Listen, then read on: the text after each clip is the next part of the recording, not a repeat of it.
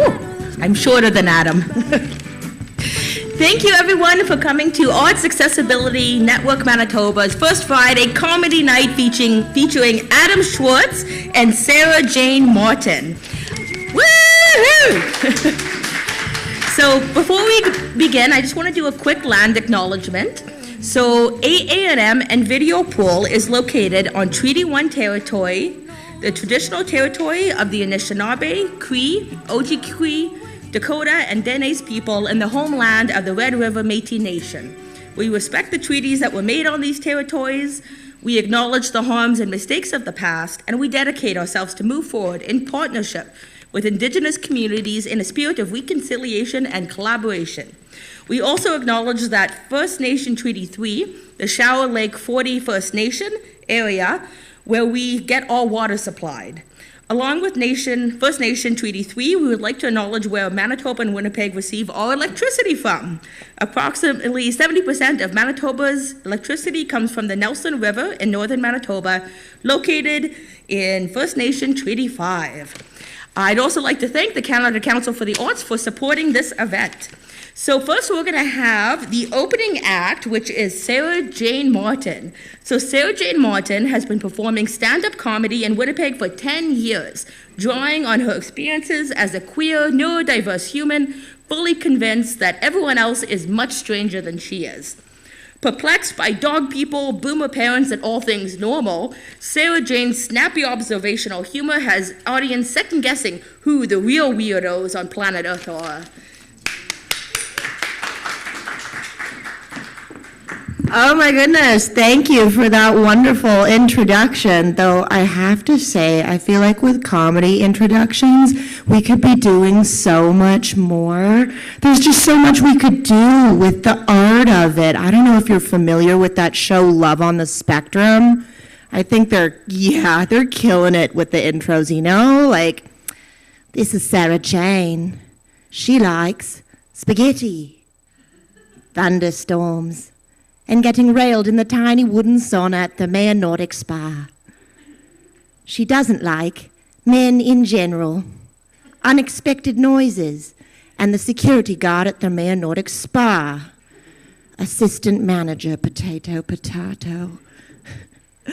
See, now I feel like we've got a rapport, we can connect. You guys know me now. Gosh, I've been thinking about cancel culture a lot.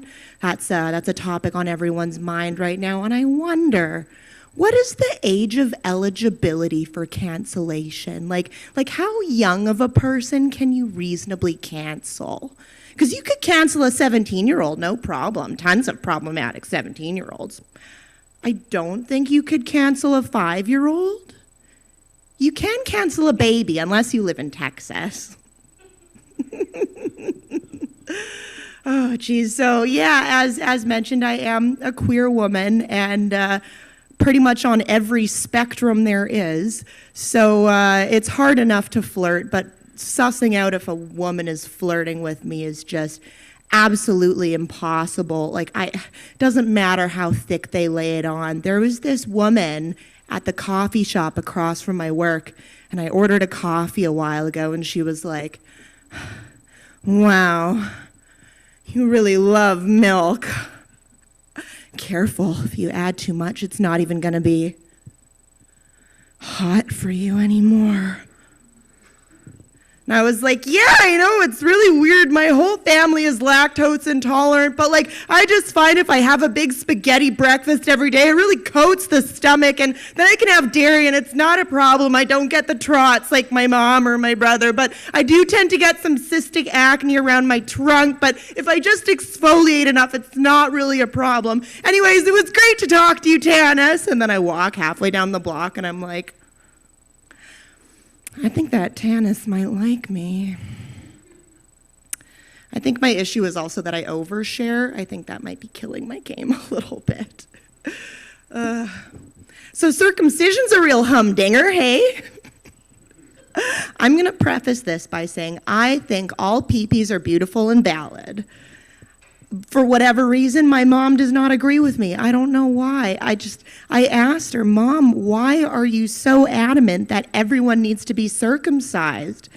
She says, well, they just look like anteaters. Okay, you don't like anteaters. You also don't like Arby's, but I'm still intact. Just feels like a bit of a double standard, wouldn't you think? And she's like, well, no, I think a boy should always match his father. Why do they need to match? They're not Christmas tea towels, Elizabeth. They're your family's genitals. Like, are you that worried that people are going to judge your family's sloppily mismatched collection of genitals like it's a cutlery drawer at the cabin? No. And under what context are they going to be out at the same time for people to see? Wait a second. Who was in charge of this? That's just sloppy. See, that's every boomer mom's worst fear, is being accused of being sloppy. The lengths they will go to. Gosh. Do we have any dog people in the audience?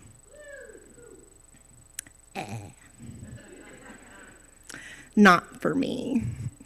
Don't get me wrong, dogs are fine. Dogs are fine. They're as fine as something that eats its own shit could reasonably be. It's just dog people that kind of give me the willies. I don't know. It's always like, this is my fur daughter, Jessica Rose. She's a cockadoodle-doo. Quarter Cocker Spaniel, quarter Doberman, quarter Poodle, and quarter Silky Chicken. Yeah. She's beautiful, beautiful breed. So docile. Oh, she doesn't bark at all. No, it's more like a wheeze. Yeah, she cost $3,000. I mean, not including all the surgeries, but she was worth every penny. Yeah, you know, sometimes it's just her organs don't all fit into her ribs, so sometimes we just gotta like dive in there and kind of rearrange it all and stick them back in.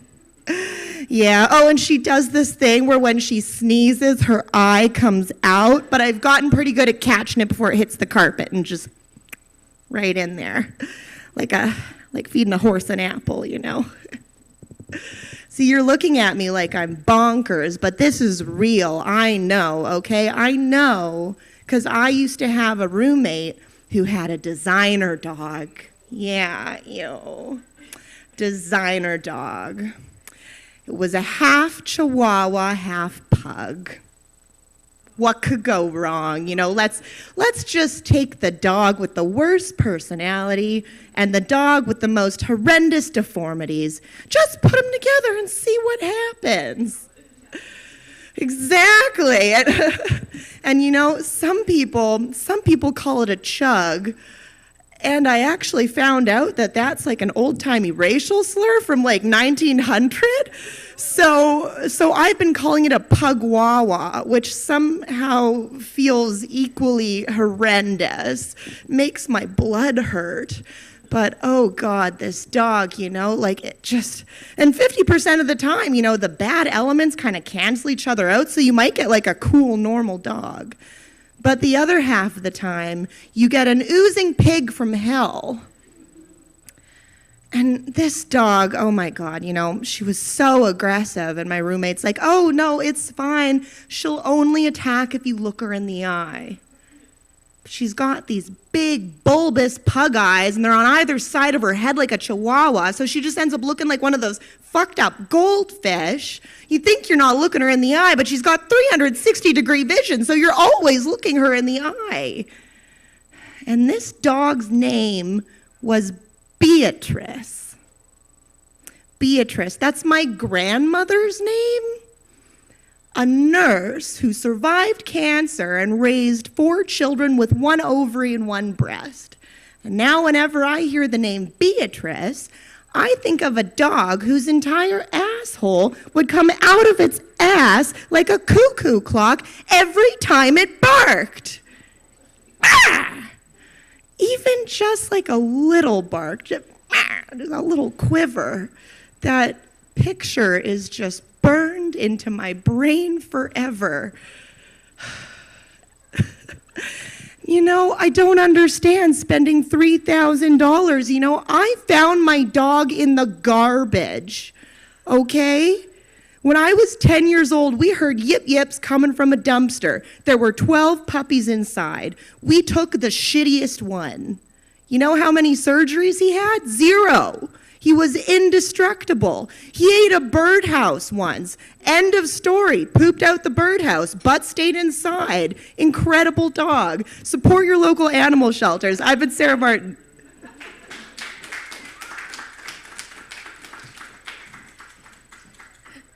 Oh, that was so good. I love dogs, but you are so right. There's dog people is a different breed. So next we have our featured comedian, Adam Schwartz. Adam Schwartz is an autistic comedian, playwright, neurodiversity advocate, and the founder of Neurohilarity. He's been using comedy to make sense of the world and carve out a space for himself and other neurodiverse artists for the last decade.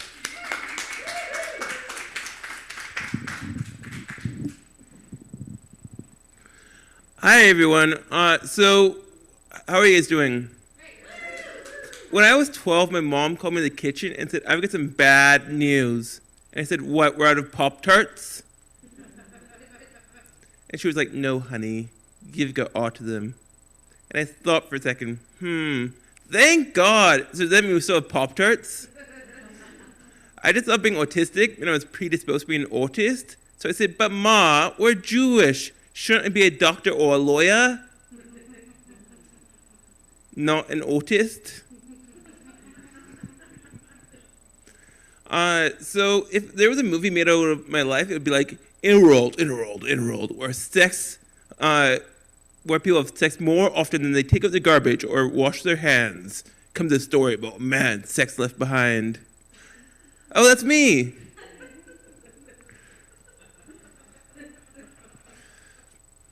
So have you guys ever seen the show Cutthroat Kitchen? So here's how the show works for those who haven't seen it. One of the chefs pays money to sabotage one of the other chefs by replacing his knives with a rolling pin.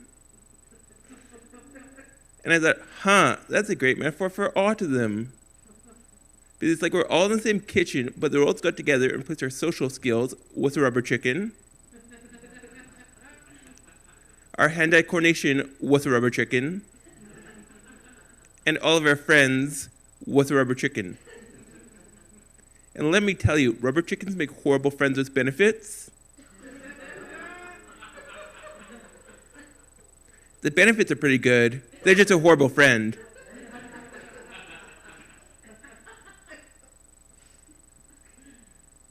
So there's lots of things that are harder when you've got autism, like getting a date.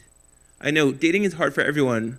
My friends are always like, yeah, Adam, dating's tough. I don't know whether I should swipe left or right. Where are all the single guys out there? I'm like, I'm right over here and I'm wide open. Right over here. So I get it. I'm no woman's first choice. There's no woman out there who are like, I'm so sick of all those rich, successful, hunky hunks. Where can I find a guy who's autism? They're so plain looking and boring and poor. I want a piece of that. I bet listening to him could cure my insomnia. He's going bald. Hubba bubba. A large part of my problem is that I'm horrible making small talk. Like, I'll go up to a girl at the bus stop and be like, can you tell me what the time is? And she'll be like, you should ask my boyfriend. Or I'll go up to a girl and be like, can you tell me how to get to Coburn Street? She'll be like, my boyfriend's usually the one who's good with directions. Don't girls know how rude it is to brag about having a boyfriend? My pickup lines at the bar usually don't go very well. Like, I'll go up to a girl, and I'll be like, what color are your eyes? And she'll be like, hazel. And I'll be like, that's a nut.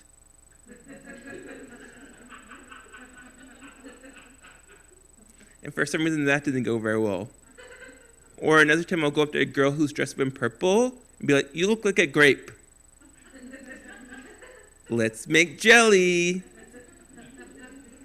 And for some reason, that didn't go very well either. I'm not even good at making small talk after I've gone on a date with a girl. Like this one time, I went up to this girl. It was like after our first date, and I was like, "What's your favorite dinosaur?" I know that's way too early in the relationship to ask something that serious. You shouldn't ask something that like that until you've already met their parents and are planning on moving in together. Besides, it's a bit of a redundant question. After all, everyone's favorite dinosaur is a pterodactyl. But she said her favorite dinosaur was a mastodon. What am I going to do with that information?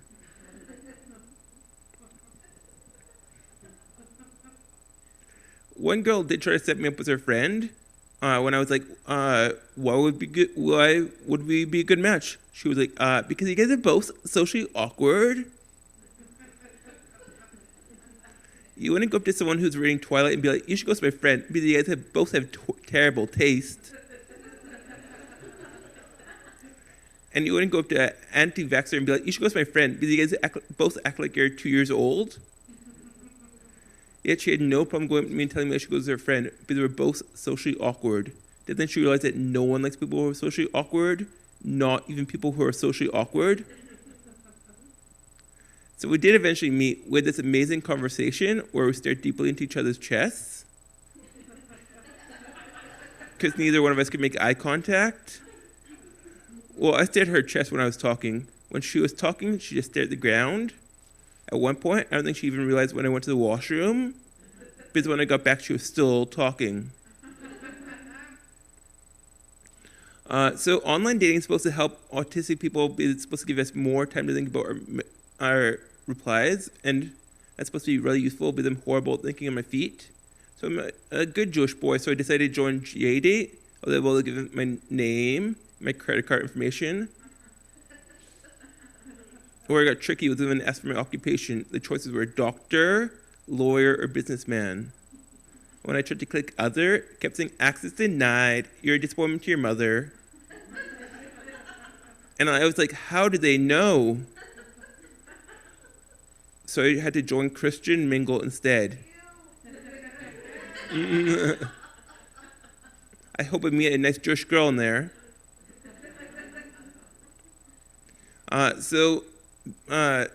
I'm horrible. So I messaged this one girl, hey. 5 seconds later, she messaged me back, hi. So 8 months later, I messaged her, how's it going?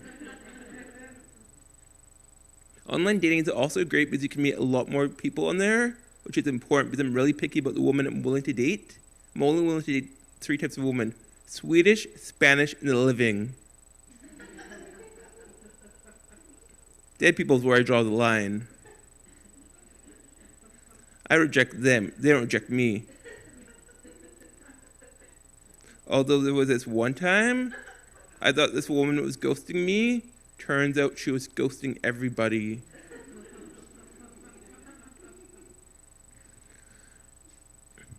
But I do pretty well with ladies for someone with autism. You know the whole baseball day metaphor? As autistic people have our own baseball day metaphor.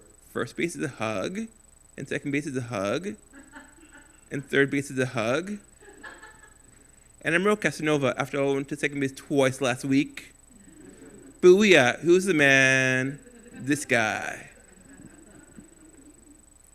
So I went to these social skills classes put on by Autism Society Manitoba. They taught some really important things, like the importance of good hygiene. Can I ask you guys a question? Don't you hate getting toothpaste in your shirt? The only thing worse than getting toothpaste on your shirt is not getting toothpaste on your shirt. Because then the rest of the day, you're left wondering whether or not you brushed your teeth. And the worst thing is leaving the house with your shirt on inside out or backwards, which sometimes happens. And the worst place for grooming has got to be the men's locker room at the gym. Let me start off by saying there's some places it's okay to be naked, such as the bedroom, with the lights off and your socks on. The doctor's office, if you're the patient.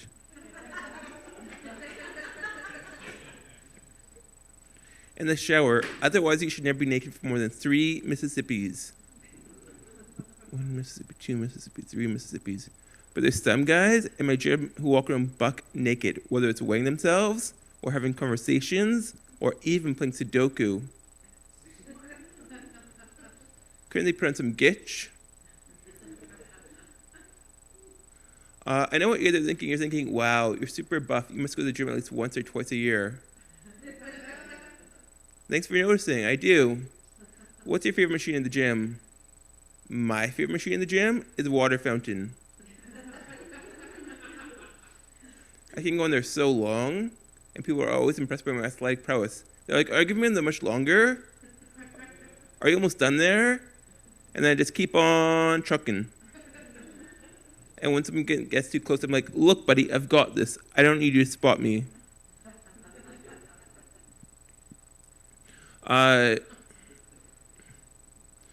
So, yeah, we also learned about how to compliment women. This is what that class looked like. So today we're going to talk about how to compliment women. Do you want to go first? You've got a really nice smile, like my mom. No, girls do not want to be compared to your mom. Jacob, do you want to go next? You've got a really nice leather purse. Why, thank you. Do you know that it takes 6 cows to make a leather purse? No, girls do not want to know how many cows are in their leather purse. Adam, do you want to go next? I like trains. That's great, but that's not really a compliment. Do you want to try again? Trains are made of metal and go toot toot. I can see Jacob being so successful on a dating show from the 1990s. Like, where would he take us for our first date? For some wine and cheese tasting? Do you know that cheese is made out of mold? Or what person from history would you most want to meet? Catherine the Great or Elvis Presley? Did you know that they died on the toilet? Or what would you do if I'm having a really bad day? I'd buy you a silk scarf. Did you know that silk comes to the butts of a worm? We also learned what not to say on a date. Like, your sister's really cool. Is she single? Or, how much are those milkshakes? Eek, that sounds expensive. Or, does this belt make my butt look big? We also did some role playing. I thought, here we go. I'm wearing my finest orc's helm with plus 50 dexterity and my mag's robe. So it turns out Autism Society Manitoba's idea of role playing was slightly different than my own, and that you should never discuss the size of your orc's helm in a church basement, especially not in Winnipeg. But for some reason, the only people that came out of those classes and got a date were the 2 instructors. Although I did eventually become really good at talking to women in a church basement, especially when there are no women around. Another thing that's really difficult when you've got autism is making friends. I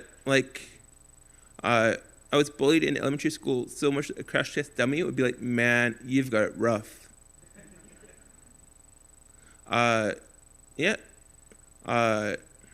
I was always one of the last people picked in gym class. Me and the guy with crutches. They even picked Alan first, and he didn't even know how to throw a soccer ball.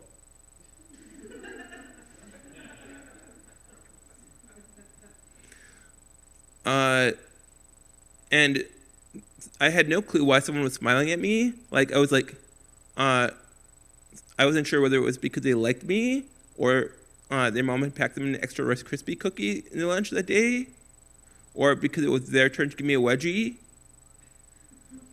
It got so bad that the teacher had to step in. She was like, okay, everyone, you have to take turns. Julia, you got to give him a wedgie yesterday. And Kyle, you got to take his lunch money. So it's Andrew's turn. One time, I tried to fight back using my fists. That was a terrible solution. Not in a kumbaya, let's all get along kind of way, but because when you've got autism, you're going to lose every single fight you get into. In a zombie apocalypse, I'd probably be the first one to go. My mom used to pick me up.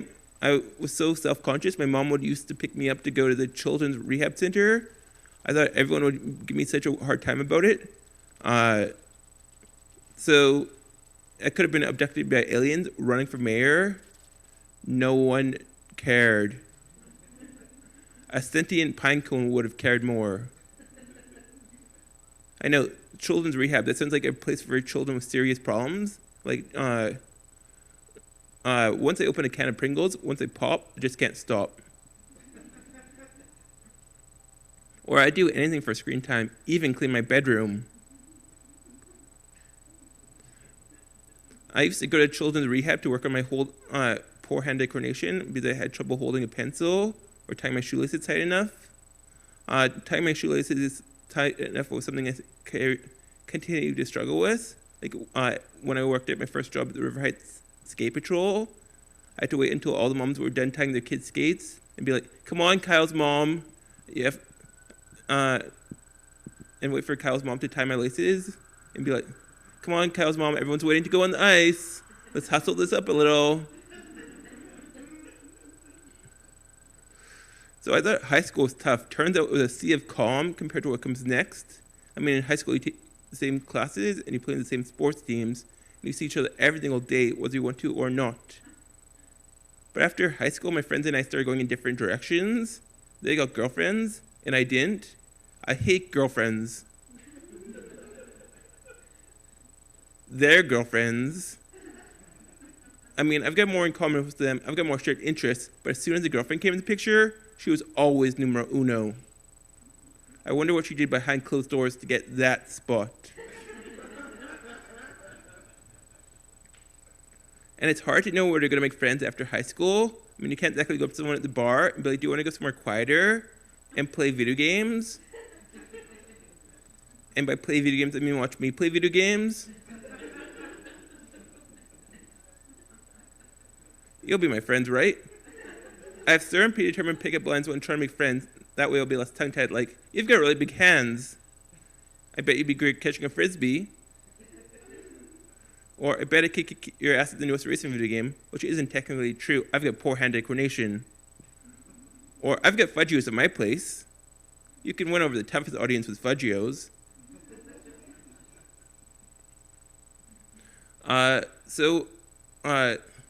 When I moved out on my own, the realtor was showing me places. In the first place, I was like, "No." Then she showed me a second place. And I was like, "This place is perfect." And she said, "Yeah, but it's got one slight problem." And I said, "What, I'm going to have roommates?" And she was like, "No, it's haunted." And I was like, "Thank God." Because ghosts make the best roommates. They're not constantly asking to borrow your favorite sweater. You never have to make eye contact or make small talk. There are some problems, however, like they're constantly using my toothbrush, and they're always leaving the door of the bathroom open. I mean, ghosts make horrible roommates. I mean, great roommates, but they make horrible girlfriends. I mean, it's hard to walk away from a fight with a ghost. They've got no respect for privacy. And if you have to get hold of them, and you're like, "Why didn't you bring your cell phone?" They're like, "I don't have a cell phone. I've got no hands." And so you're knocking around all the houses in the neighborhood trying to find a Ouija board to communicate. Just to find out if they want ice cream or supper. The whole idea of the afterlife is pretty weird. I mean, once I die, it's going to be I'll have lived a glorious life and an exhausting life. I don't want to have to go out all over again afterwards. Also, the whole idea of being in the afterlife with all your loved ones doesn't sound so great.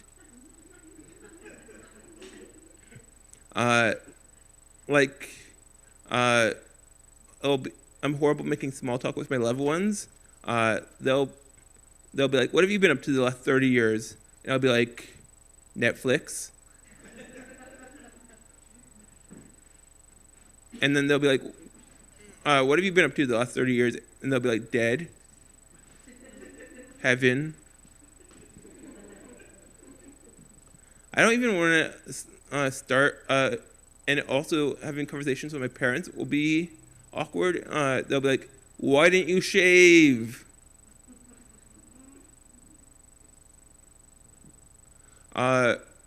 Also, the whole idea of death, and being reborn. I even feel bad when I'm playing Super Mario and I have to start the level over again and be like, "Here we go again."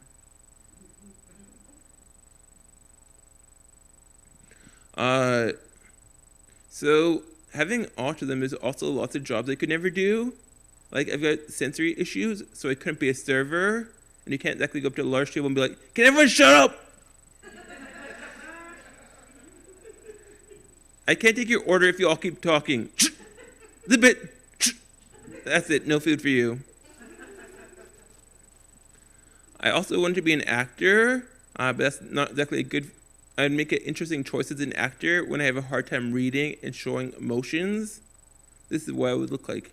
Begin scene. Guess what? What? There's a 15% discount with a giant tiger.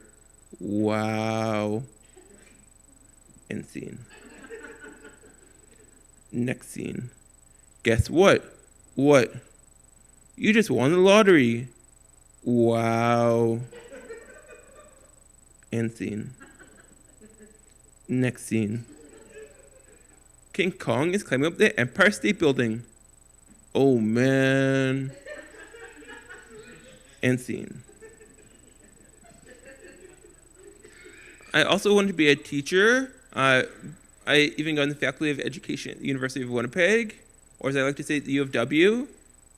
But because of my poor hand-eye coordination, it was very difficult. Like this one time, I was teaching a unit about the teeth, and I put a slider in the overhead projector.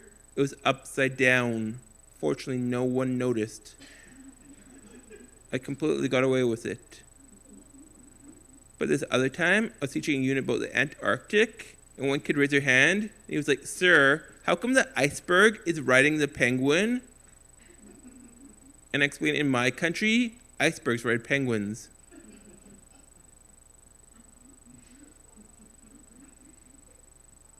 There are some jobs that'd be great at, however, like being an astronaut.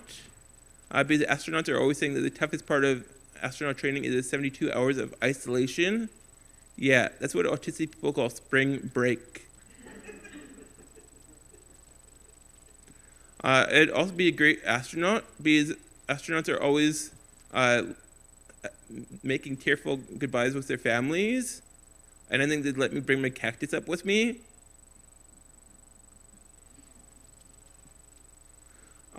Also, I think it's about time that we had autistic astronauts. After all, it's 2022. Why are we still sending our best and brightest?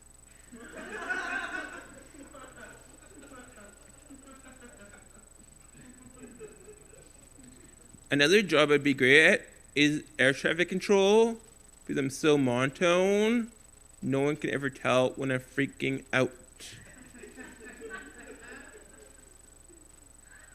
You might want to make a left. Those two planes are going to collide. End scene. But job interviews for autistic people are sort of like choosing your own venture stories, that no matter what passes you down, you die. And they always ask the same questions like, what are some of your strengths? I'm really good at video games. And then they're like, okay, well, what are some of your weaknesses? Well, I've got autism, so it's dealer's choice. Then they say, okay, well, what was a difficult situation that you faced in your last job, and what did you learn from it?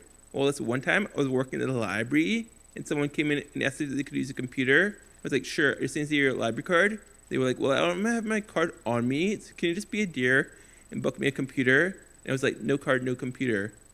And then they got really upset and threw a stapler at my head, which taught me a very important lesson about myself. I'd be a horrible hostage negotiator because I'm too much of a stickler for the rules. They'd be like, all right, well, we want $1 million in a private airplane or else the hostages get it. I'd be like, no. Then they'd be like, all right, we want $1 million or else the hostages get it. And I'd be like, nope. And then they'd be like, all right, we win a large pizza and a 2-liter Diet Coke, and it better be diet, or else the hostages get it. And I'd be like, nope. And then my supervisor would be like, Adam, why don't you just get them the large pizza and their 2-liter Diet Coke? And I would say, sir, the rules are no negotiating with terrorists. And then they always end the job interview with this question: what do you know about our company? That's a terrible question to ask someone with autism, since we've got no filter, so we'll tell you the truth. We know that your company's staff room is only 6 by 8 feet, and that you guys never clean out your fridge. So by some miracle, I eventually got a job. I was really worried about my first day of work. I was worried about having to, not so much the work itself, but having to make small talk. And so I was about making small talk. And so I was talking to this guy in the bus, and he was like, look, Adam, talking to guys is easy. All you have to do is talk about sports, video games, or boobs. So this first day I went up to a guy by the water cooler, and I was like, the Jets? He was like, huh? And then I said, video games? And he was like, huh? And then I was like, boobs? And he was like, huh. So another worker came up to us and wanted to show us pictures of their grandchildren. And they were like, aren't they the most beautiful thing you've ever seen? You should never say, I've seen better.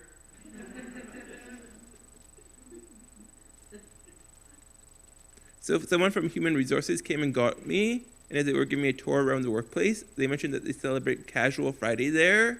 So the next day I show up to work half an hour late.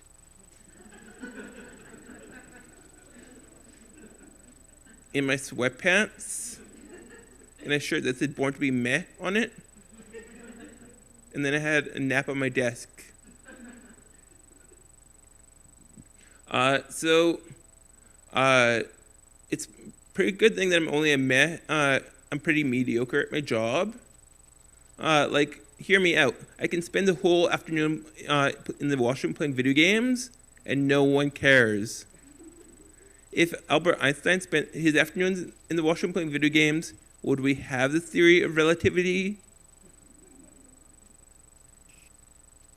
So one of my coworkers was outside having a cigarette, and he offered me one. I was like, no, thank you. And then he offered one to my other coworker. He was like, sure, why not? I was like, I didn't know you smoked. And he said, sometimes I smoke socially. Smoking is the only bad habit you can get away with because you've been drinking or because you've been doing it socially. Like, you can't just start farting up a storm and be like, it's okay. I only fart socially. And you can't go hog wild picking your nose and be like, it's okay, I only pick my nose when I've been drinking.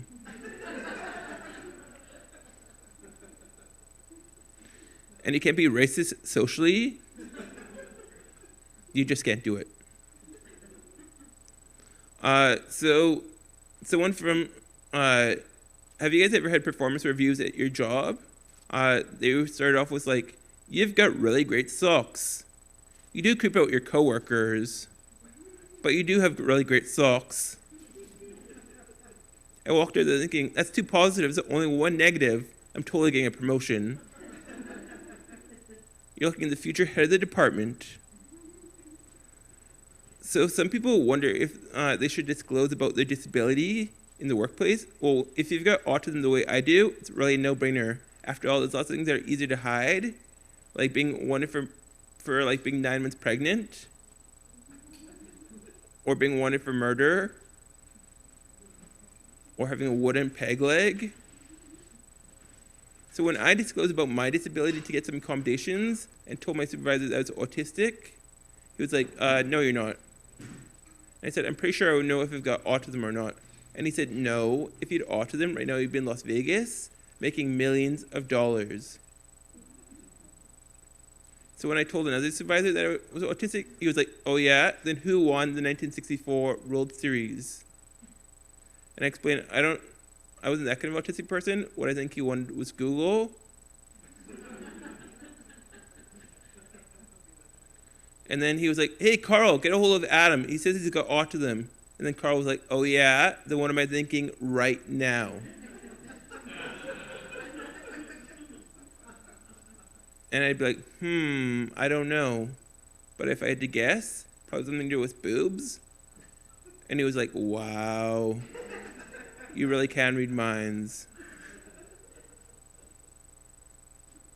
But that's not the first time I've run into silly misconceptions in the workplace. Like I told this, one time I was doing a comedy show, and someone came up to me afterwards and was like, you're like super funny, but you don't really have autism, do you? Because you're not at all like my cousin Mike. And I was like, no, I'm just telling you jokes about having autism, so you'll make out with me. Because, you know, all girls want a guy who understands him slightly less than all the other guys. Or stares at their friend's chest because he can't make eye contact. And another presentation, I was doing a presentation for some caregivers, and someone said, where do autistic people go for their birthday? And I was like, well, all autistic people go to this special restaurant designed for autistic people. So it feels like we've got an element of choice without ever leaving our comfort zone. The choices are ravioli, or ravioli, or ravioli.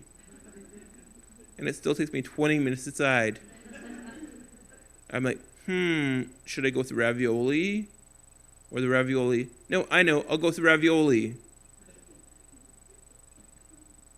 At that same presentation, someone's like, gee, you should go into politics. No, I shouldn't.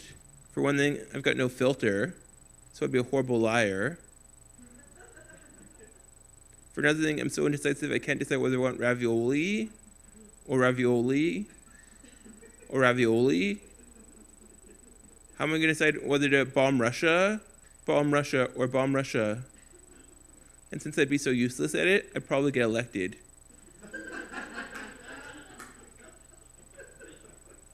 And then whenever I mess up, people will be like, at least he doesn't act like a politician.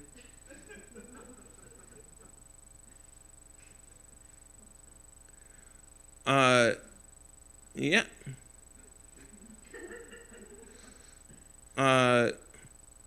True story. But the best question I've ever been asked at a presentation was this. One time someone asked me, what happens to autistic people when they get sick? But that was okay because she was in kindergarten. So I said, what happens to you when you get sick? She was like, well, I cough and I sneeze. And I said, so do autistic people. So if I had to give you guys a performance review as an audience, I'd say I really appreciate you guys coming. You guys were a bit slow on some of the jokes.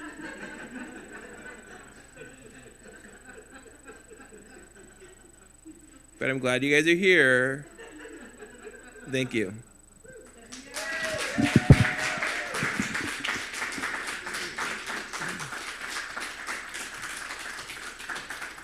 All right, let's give one last round of applause to Adam and Sarah Jane. Woo-hoo! There is a cash bar, and Adam and Sarah will be sticking around for a little while if you would like to talk to them. Have a great evening.